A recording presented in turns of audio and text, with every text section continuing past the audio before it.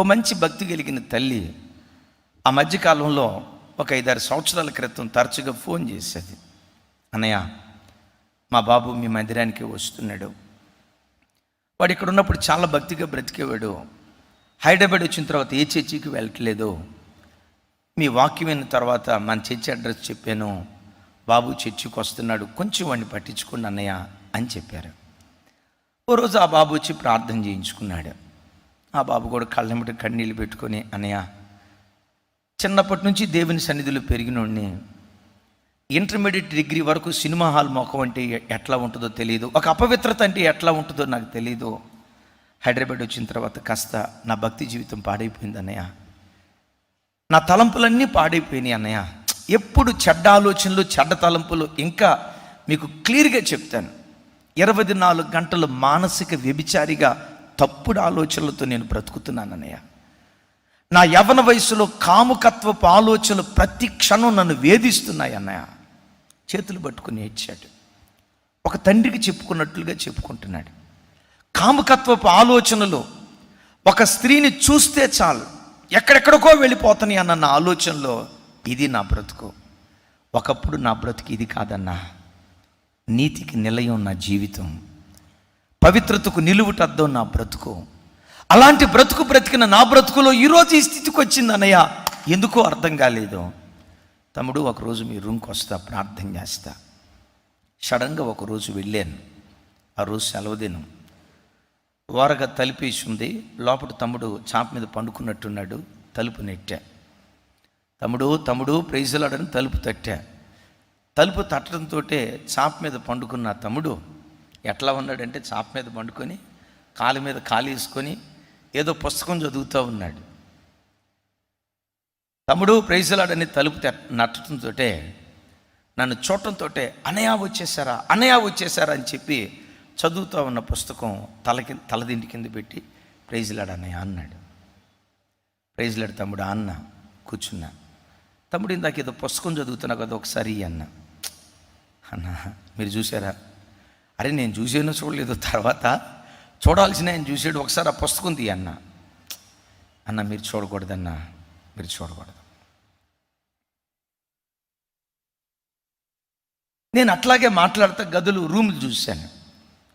ఆ గోడల మీద, కిటికీల మీద అర్ధనగ్నంగా ఉన్న సినిమా యాక్టర్ల ఫోటోలు, అశ్లీలమైన ఫోటోలు గోడల మీద అంటించున్నాయి. ఏంటి తమ్ముడు ఆ ఫోటోలు అన్నా? అన్నా, నేను అంటించలేదన్నా, మా రూమ్మేట్స్ అంటించారన్నా. నేను అప్పుడు చెప్పా, తమ్ముడు, 24 గంటలు వీటిని చూస్తూ ఎలా నువ్వు పవిత్రంగా బ్రతకగలుగుతావు? కళ్ళు తెరిస్తే అర్ధనగ్నంగా ఉన్న ఆడపిల్ల బొమ్మే కదా నీకు కనపడేది. శరీర సౌష్ఠం బయట కనపడేటట్లుగా అశ్లీలమైన బూతు బొమ్మలు చూస్తూ ఎలా నువ్వు పవిత్రంగా బ్రతకగలుగుతావు? నీ కళ్ళతో చూసేవి, నీ చెవులతో వినేవి నీ మనస్సును ప్రభావితం చేస్తాయి. మనస్సులో ఒక్కసారి దుష్ట ఆలోచన బయలుదేరిందంటే చెప్పండి, ఎంత స్పీడ్గా ప్రయాణం అవుతుంది? అది గుర్తుపెట్టుకొని 431 కిలోమీటర్ల వేగంతో, గంటకి 431 కిలోమీటర్ల వేగంతో అది ప్రయాణమై వెళ్తాయి. తమ్ముడు, సరే మరి నువ్వు చదువుతుంది ఏంటి? పుస్తకం బయటికిది. నేను చూడంలే, అట్ట చూపించన్నా. అట్ట కూడా మీరు చూడకూడదన్నా, 100 అంతా అట్టలోనే ఉందన్నాడు. సరే, అట్ట చూడను కానీ పైన దాని పేరేంటో చూపించన్నా. చెయ్యి అడ్డం పెట్టి చూపించాడు. స్వాతి మ్యాగజైన్. వాక్యం వింటున్న బిడ్డలారా, నీ ఊహలు పవిత్రంగా ఉండాలి అంటే నీ కంటిని, నీ చెవులను పవిత్రంగా కాపాడుకో. ఒక చెల్లి నా దగ్గరకు వచ్చి, అన్నయ్య, ఒక తమ్ముడు నా దగ్గరకు వచ్చి, చాలామంది, అన్నయ్య, సినిమా హాల్కి వెళ్ళి సినిమా చూస్తే తప్పు, కానీ ఇంట్లో సినిమా చూస్తే తప్ప, టీవీలో సినిమా చూస్తే తప్ప అన్నాడు. నేను అన్నా, మొహం పగలు కొట్టుకోవటానికి ఏ రాయి అయితే ఏమైంది? ఏ రాయితో కొట్టుకున్నా మొహం పగిలిపోద్ది కదమ్మా. ఏమంత సీరియస్గా చూస్తున్నారు? అమ్మా, చార్లెస్ అన్న అత్తగారు, అలవాల్లో ఉన్న రాయితో కొట్టుకున్న మొహం పగిలిపోద్ది. అన్న మీ బిహెచ్ఎల్ రాయ్, తమ్ముడు నరేష్ మీ పటాన్ చెరువు రాయ్, మీ ఏలూరు రాయ్, తమ్ముడు మీది ఎక్కడ ముక్కాముల రాయితో ముఖం మీద కొట్టుకుంటే ఏ రాయితో కొట్టుకున్న ముఖం పగిలిపోద్దే. అట్లా కాదన్నా, సినిమాల్లో కూడా 90% చెడున్న 10% మంచి ఉంటుంది కదా. మనం మంచి మాత్రమే తీసుకుందాం, చెడు వదిలేద్దాం. మంచి మాత్రమే తీసుకుని చెడు వదిలేయటానికి మనమేం హంసలం కాదుగా. అర్థం కాలేదా? మనమేం హంసలం కాదుగా. సరే, నువ్వు మంచి తీసుకుంటావో చెడు తీసుకుంటావో ఒక మాట అడుగుతా తమ్ముడా, నా వైపు చూడు. తమ్ముడు, సినిమా చూడటం తప్పో ఒప్పో, అది టీవీలోనైనా ఎక్కడైనా తప్పో ఒప్పో నీ నోటి నుంచే నీవే సమాధానం చెబుతుకొని తమ్ముడు. సినిమాల్లో అశ్లీలమైన మాటలు ఉంటాయా ఉండవా అన్నాను. లేకపోవటం ఏంటన్నా, సినిమా అంటేనే బూతు కదన్నా ఎక్కువ శాతం అన్నాడు. మరి ఆ సినిమాలో కొంతమంది యవ్వన ఆడబిడ్డలో అర్ధనగ్నంగా బట్టలు వేసుకొని శరీర సౌష్ఠవం అవయవాలు కదిలేటట్లుగా వారు డ్యాన్స్ చేస్తారు. ఆ డ్యాన్స్ చూస్తా, అర్ధనగ్నంతో నాట్యం ఆడుతున్న ఆ డ్యాన్స్ కార్యక్రమాలు చూస్తా గుటకలు మింగుతావా, లేకపోతే స్తోత్రం స్తోత్రం స్తోత్రం స్తోత్రం స్తోత్రం అంటావా, గుటకలు మింగుతావా అన్న. ఏమన్నాడు తెలుసా? అప్పుడెట్టా స్తోత్రం అంటావన్నా, గుటకలే మింగుతామన్నా. నీ కంటితో చూసేది నీ మనస్సును రేపుతుంది. ఇదే ఆత్మీయ జీవిత రహస్యం. వేరు కుళ్ళిపోతే చెట్టు పాడైపోతుంది, వేరు అపవిత్రమైతే చెట్టంతా పతనమైపోతుంది. నిజంగా చూసేవి నిజ జీవితంలో కనే పరిస్థితి వస్తుందా? ఒక మాట చూడండి. ఒకసారి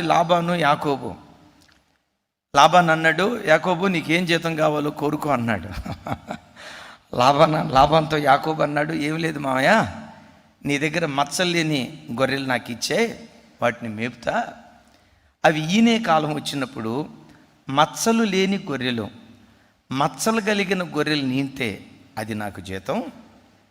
మచ్చలు లేని గొర్రెలు మచ్చలు లేని గొర్రెలనే ఈనితే అది నువ్వు తీసుకుందుకొని అన్నాడు. లాబాను మనసులో అనుకున్నాడు, యాకోబు అమాయకుడు అనుకున్నా కానీ,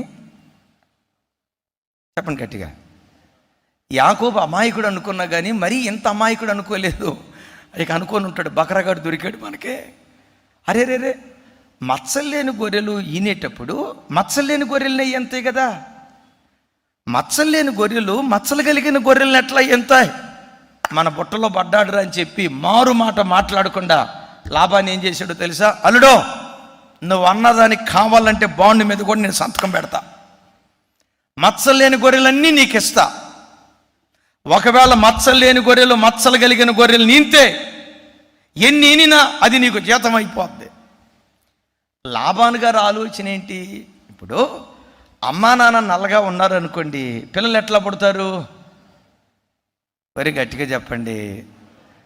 అమ్మా నాన్న 4 ఉన్నారనుకోండి, అబ్బాయి అమ్మా నాన్న 6 అనుకోండి కదా.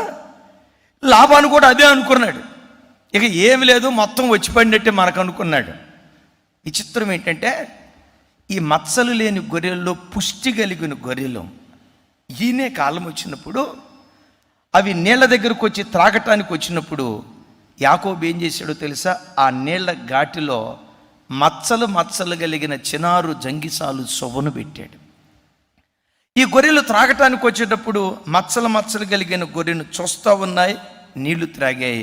ఈయనే కాలం వచ్చినప్పుడు మచ్చలు కలిగిన గొర్రెల్ని అవి ఈనేయి. బైబిల్లో నంబర్ 1 వెటనరీ డాక్టర్ గారు ఎవరయ్యా అంటే యాకోబు గారే. వెటనరీ డాక్టర్ల పితామహుడు యాకోబు గారు. వాక్యం వింటున్న బిడ్డలారా, ఆ సంఘటన మనకు నేర్పేది ఏంటో తెలుసా? నీ కళ్ళతో చూసేవి రాగల కాలంలో కంటాం. నీ కళ్ళతో చూసేవి, నీ చెవులతో వినేవి రేపు నీ ప్రవర్తనగా మార్చబడబోతుంది అన్న సంగతి గ్రహించి నువ్వు వినే వాటి విషయంలో, నీవు చూసే వాటి విషయంలో తస్మా జాగ్రత్త. ఎంత పవిత్రమైన వాటిని వింటావో నీ మనసు అంత పవిత్రంగా ఉండటానికి దేవుడు కృప చూపిస్తాడు. గట్టిగా చెప్దాం ఆమేన్.